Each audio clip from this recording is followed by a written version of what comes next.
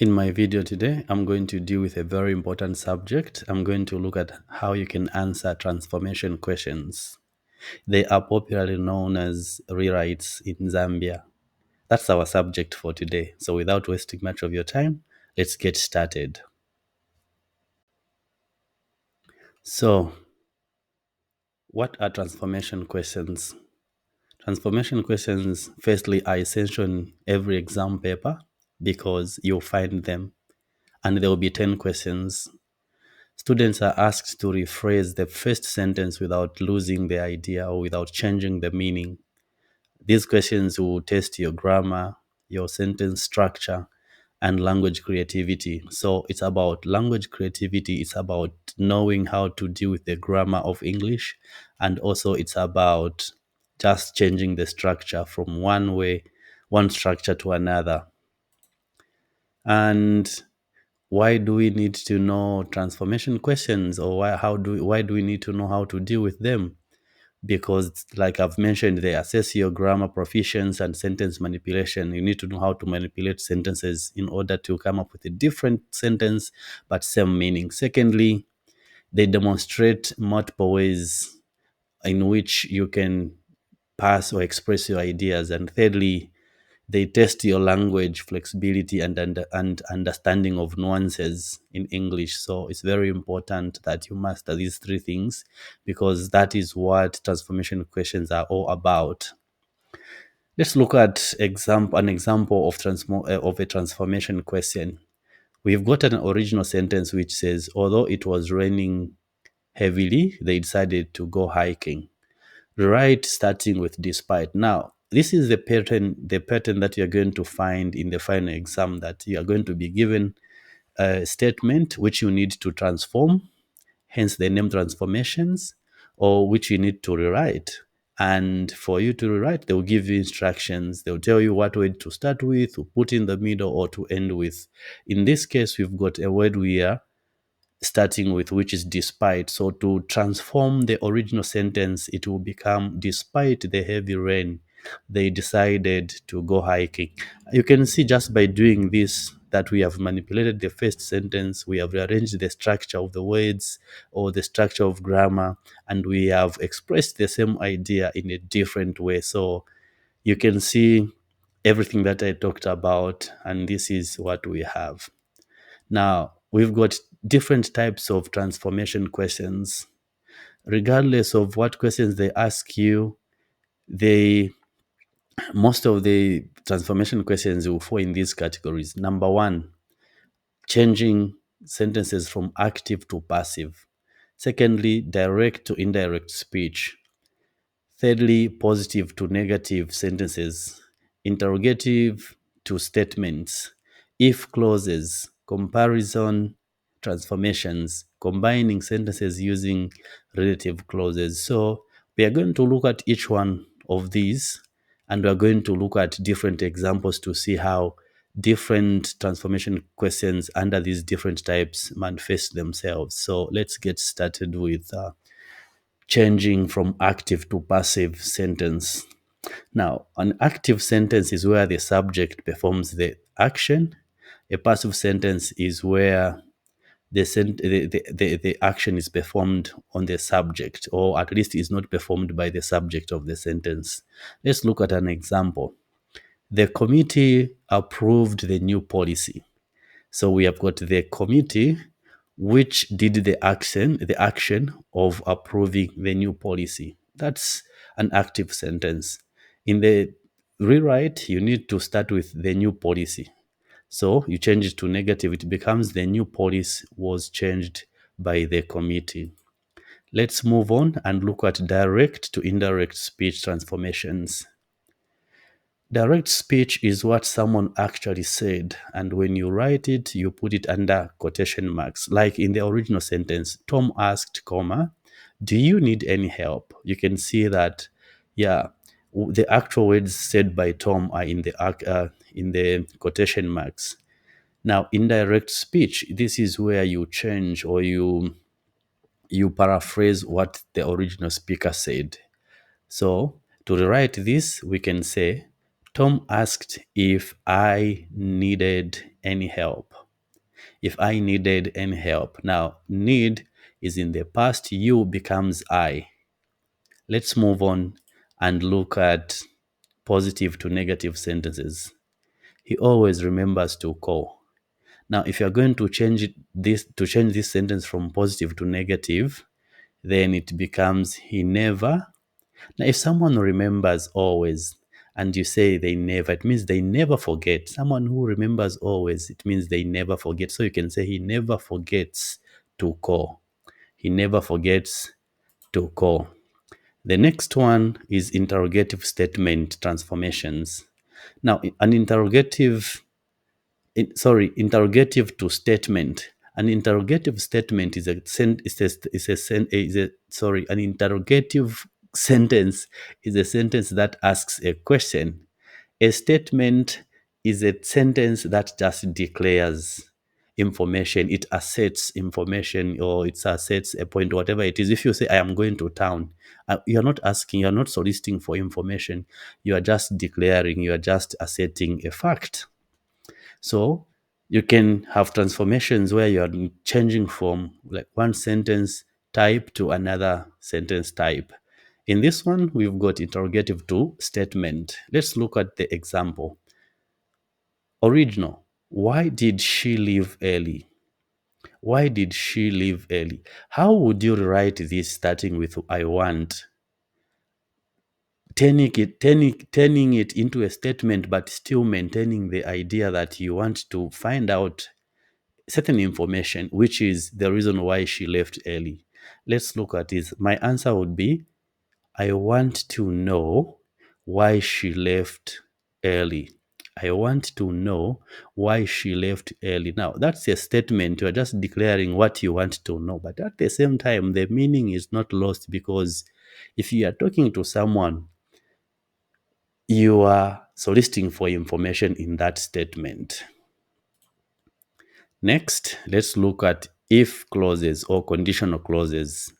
Conditional clauses are clauses that tell us that one thing happens which leads to another. So it's cause and effect. In short, cause and effect. If you go to town, you will buy shoes. Or if you come, I will give you bread. So it's if you do something, result, you get something. So those are types of sentences we are talking about. So conditional, clause, original. If you heat water, it boils. If you heat water, it boils. Rewrite using water. We can say water boils when heated, or if it is heated, or if heated. Water boils if heated. But if I were answering this question, I would use when instead of if. I would say water boils when heated. Next, let's look at comparison transformations. Now, comparison looks at similarities and differences. So sentences that look at similarities and differences fall under comparison. Now, if you have got a sentence like we have been given, the original sentence which says, this book is more interesting than that one, and then they tell you to rewrite that sentence using that. So you can say, that book is not as interesting as this one. I hope you followed me. And that's what I would do. Next, let's look at combining sentences. Sometimes we'll be given two sentences and you need to combine them. Let's look at an example here. The original sentence says, the man is a doctor. He lives next door. We are required to combine these sentences using a relative clause. So, the man dash. So I would say, the man who lives next door is a doctor. The man who lives next door is a doctor. I have combined these two sentences using a relative pronoun. And that's how it goes. Now, we know that there are different types and we have just looked at them and we have given examples. However, I want to mention that there are many more types of rewrites which you might have to work with in the exam. Most importantly, I want to remind you that I've got free courses on my website. Just Google my names and you'll find yourself on the website and you can learn all these topics for free. Now, let's look at strategies that you can use to answer transformation questions. Number one, you need to understand the original meaning of the sentence. And understanding a sentence doesn't just mean understanding the words that are in the sentence, it also means what it implies. For example, when somebody says, I want to know why you did not come to school, that's a statement, but it's a question and you need to answer to it. If someone said something to that effect, understanding the words in that sentence is important, but it is more important to understand the hidden meaning of the first sentence. That way, you can easily manipulate the words, manipulate the structure to come up with a new sentence that means exactly or at least very similar to the original sentence.